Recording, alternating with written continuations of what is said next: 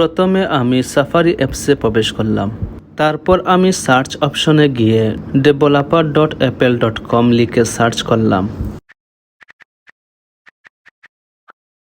তারপর এরকম একটা নতুন ইন্টারফেস আসবে। এখন আমি 3 ডটের এখানে ক্লিক করলাম। তারপর অ্যাকাউন্টে ক্লিক করলাম। Sign in to Apple developer. এখানে আমি অ্যাপেল আইডি দেব। তারপর কন্টিনিউতে ক্লিক করব। এখন আমি অ্যাপেল আইডির পাসওয়ার্ড দেব।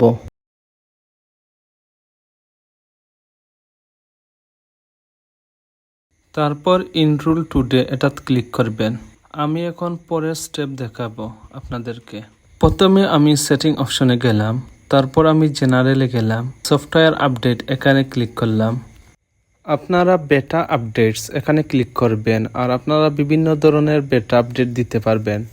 iOS 18 পাবলিক বেটা, iOS 18 ডেভেলপার বেটা, iOS 17 ডেভেলপার বেটা, iOS 17 পাবলিক বেটা, আর এখন নতুন ভার্সন এসেছে 26 ডেভেলপার বিটা। এটা হলো আইফোনের নতুন ভার্সন।